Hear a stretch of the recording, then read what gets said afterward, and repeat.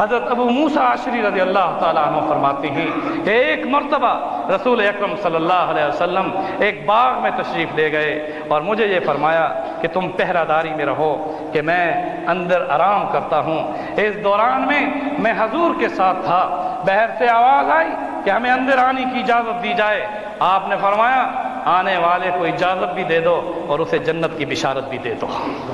اور جب وہ اندر آئے تھے کون تھے؟ ابو بکر تھے۔ کون تھے؟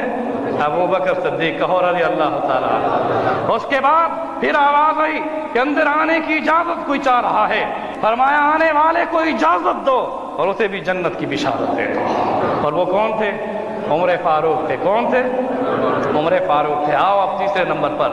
جب تیسرے نمبر پر آواز آئی آپ نے فرمایا آنے والے کو اجازت دے دو، اس کو جنت کی بشارت دے دو اور یہ بھی بتا دو کہ مظلومیت میں شہید ہوگا اور اس سے شہادت کی بھی بشارت سنا دو۔ اور وہ آئے تو وہ کون تھے؟ عثمان غنی تھے۔